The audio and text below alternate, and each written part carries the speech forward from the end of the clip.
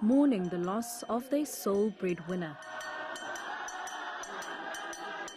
At just 21, Siyabonga Majola still had his whole life ahead of him, but it was cut short in June when he was bitten by a rabid dog. He received an initial rabies injection but failed to continue with the rest of his treatment. A sad time for the Majola family, but they're vowing their son's death will not be in vain. The family says they plan to take legal action to make sure that the owner of the rabies-infested dog is held accountable for their son's death. I want to take this matter to court so the owner of the dog can be punished. I want people to see the repercussion of not vaccinating their dogs.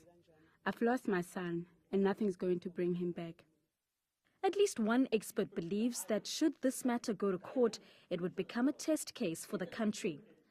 Currently, there aren't any criminal law sanctions to remedy such a situation, but there is room for a civil case to be pursued.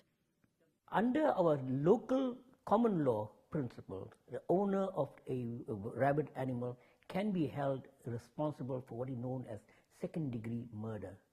If two things may happen, he must be aware of the fact that he has a very dangerous animal, and secondly, that animal is rabid and it is now running around wild and it can possibly cause harm and danger to members of the public.